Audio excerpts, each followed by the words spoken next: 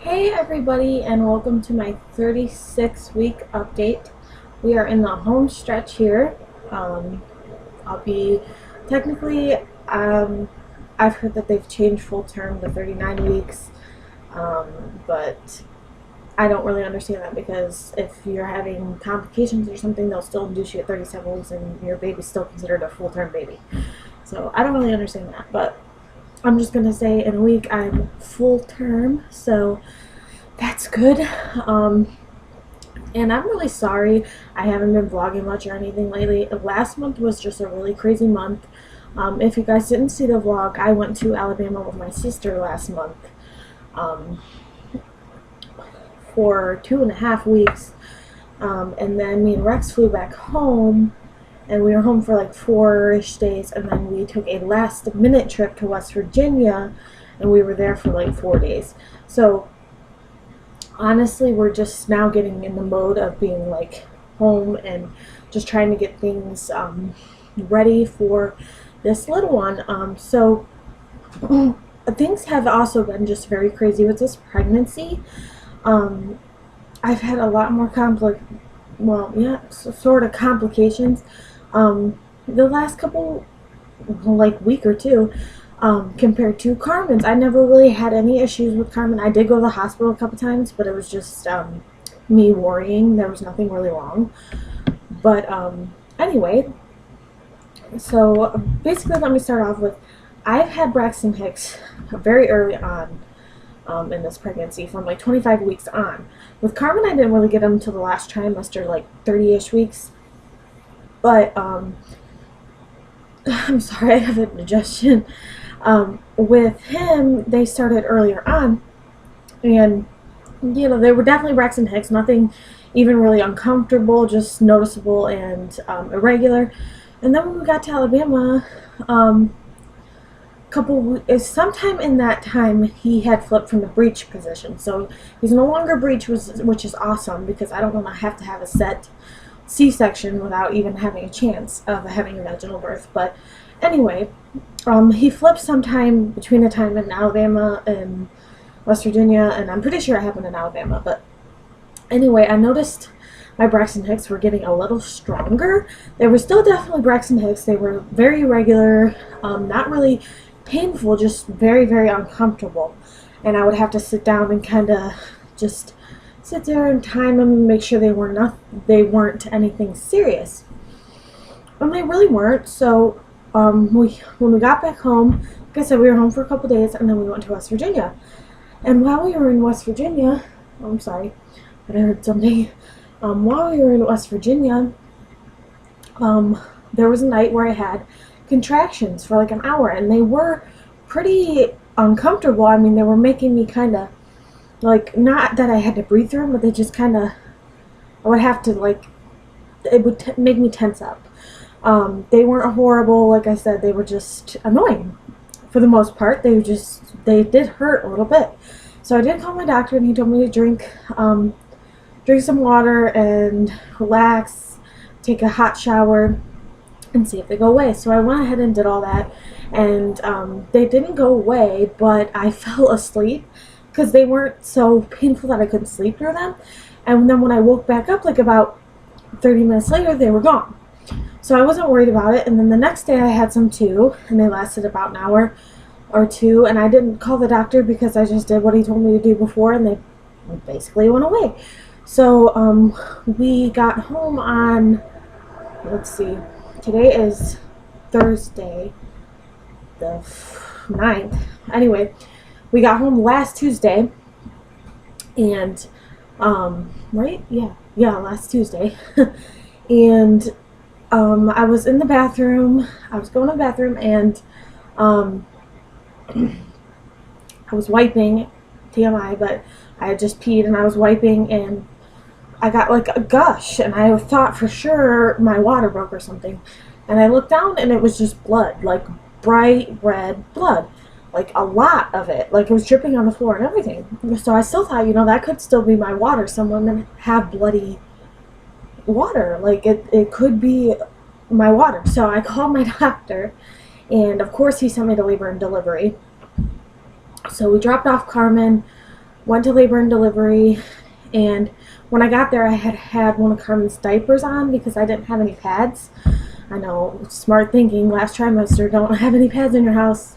Smart one. Wow, I just almost called myself a smart on here.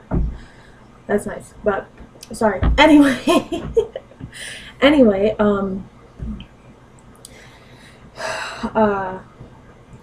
so I had a diaper on, and it was full of blood. By the time we got to the hospital, it was brown, because once your blood turns old, it turns brown. So anyway, we got to the hospital, and she had me take that off, and she said to leave it in the bathroom so she could look at it. And she went ahead and saw, that I was bleeding. Well, when the doctor came in, not my doctor, but the on-call doctor, when the on-call doctor came in to check me and see if I was dilated or if my water had broken or something, there was no trace of blood anywhere, she said. There was no trace of blood on the walls, on my cervix, anywhere, which is insane because I came in with a soaked diaper. I mean, a diaper is a lot bigger than a pad, especially a size 5 diaper. So the doctor was honestly like baffled. And then they had me on the monitor because they always monitor you, to make sure the baby's doing okay. And well, I was having contractions, like real contractions, not Braxton Hicks. They were very regular. They were mild, moderate to mild, and they were like every 3 to 4 minutes, or for the longest they could have been apart was 5 minutes, but I don't even think they were that far apart. And at this time, I was 34 weeks. So what they decided to do is they gave me fluids because they thought maybe I was dehydrated. They gave me fluids, and they gave me a shot to stop the contractions, which was in my arm, and then they gave me a shot for the baby's lungs in case I did go into full-blown labor. So the shot did not work that night. It stopped them for like, I want to say like an hour, and then they would come back and they would last like another 4 hours, and then it would stop. They would stop for like 30 minutes and then come back for another 4 hours. So it was like kind of crazy. And anyway, they kept me overnight. I had an ultrasound the next day. It was a pretty detailed ultrasound.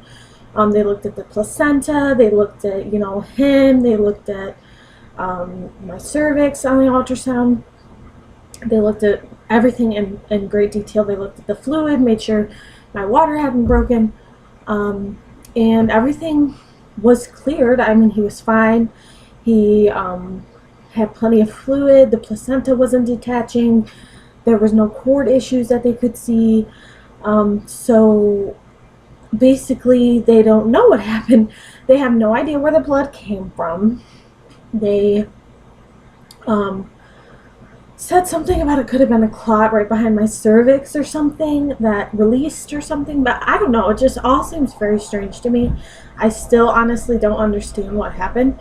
I don't know. I haven't leaked any fluid, so it obviously wasn't my water breaking. Because obviously you can have a little more water than what you're supposed to. So in the ultrasound, it could have looked like I had enough, but could have still lost some. But at this point, it would keep leaking if it was my water, and I haven't had any leakage. So basically, they didn't know what happened, and then I wasn't making any change in cervical change, so I wasn't going into labor.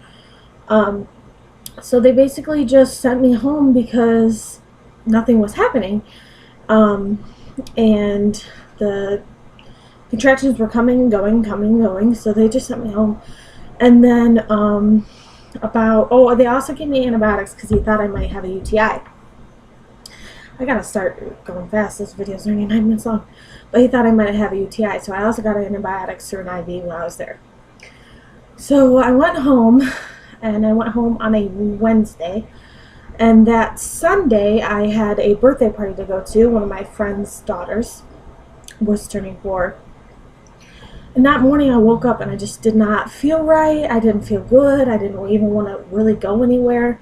But I went because my nieces were going with me and they were excited. And so I went ahead and went, even though that morning I was having contractions and they were pretty painful. I mean, they were pretty close to me having to breathe through them. I definitely had to sit down and kind of just um, pretty much breathe through them. But anyway, I went to it because they seemed to get a little better. So I went to the party, and I had been there for about an hour, and they started picking up again, the contractions. And they were like every 2 to 3 minutes. And I tried to eat, and I just couldn't eat. I was so like nauseous. And I figured it was because of the pain. Well, anyway, I had my husband, Rex, you guys know who Rex is. I had Rex pick me up, and we went ahead and called the doctor because I was in tears at this point. I did not feel good. The contractions were hurting. They were coming every 2 to 3 minutes, or 2 to 4 minutes, I'm sorry, somewhere around there. So we called the doctor, and he said if they're every 2 to 4 minutes, you need to go to labor and delivery. So we dropped off Carmen yet again. And when we dropped off Carmen, I threw up everywhere. I mean, it was like everything I had in my stomach, which honestly wasn't a lot because I couldn't eat. But anyway, we got to the hospital. I puked again. They put me on IV fluids and on nausea medication, and basically said I was very dehydrated. Obviously, I'm puking everywhere. I couldn't really eat or drink that morning very much. I had like 2 cups of water. So I was extremely dehydrated. I was definitely having very consistent contractions. I puked again at 3 o'clock in the morning because they kept me overnight. And they checked my cervix, and no change. I was still closed, still firm, still high. So the next day, they had me try a clear liquid diet, and I held that down. And then they had me, the doctor wanted me to try to eat lunch, and if I could hold lunch down, then I could go home. So I ate lunch, held it down, and they sent me home again because they had me on the IV fluids. I wasn't dehydrated anymore, so they sent me home. And basically, ever since I went to the hospital the first time for contractions, I've had contractions every day, and sometimes they'll be like all day long, sorta, like basically all day long, regular contractions. They don't, like these ones don't hurt very much at all. They're just very annoying.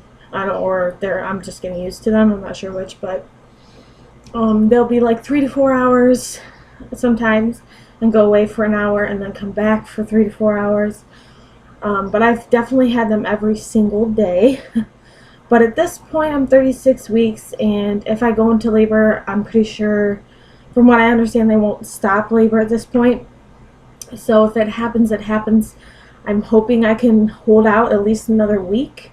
I'm hoping that since I'm having these contractions, that I will go into natural labor, because with Carmen I was induced. And as far as the ultrasound shows, he is measuring pretty big. He was 7 pounds at 34 weeks. So that means he'd be like 9, almost 10 pounds by birth. So hopefully, things happen on their own and I won't have to be induced. But if that ends up happening, it happens. But I want to do my belly shot real quick because I only have a minute left on here. So this is belly from this side with shirt up, the front with shirt up, I mean down, and this side with shirt down, and then this side with shirt up, the front with shirt up, and this side with shirt up. And I am pretty darn sure I'm just as big as I was when I delivered Carmen. I'm like 90% sure, so that's fun. But hopefully he comes soon, not too soon, but hopefully he comes on his own. And yeah, I'm just very nervous. I'm scared. I'm very emotional lately. I'm very emotional about the fact that Carmen's not going to be my like little tiny baby anymore. It's just, she's going to be a big sister. It's gonna be a big life change. But I'm coping, and I'm excited, and I'm scared all at the same time. But yeah, so I hope you guys enjoyed this video, and we will talk to you next time. Bye.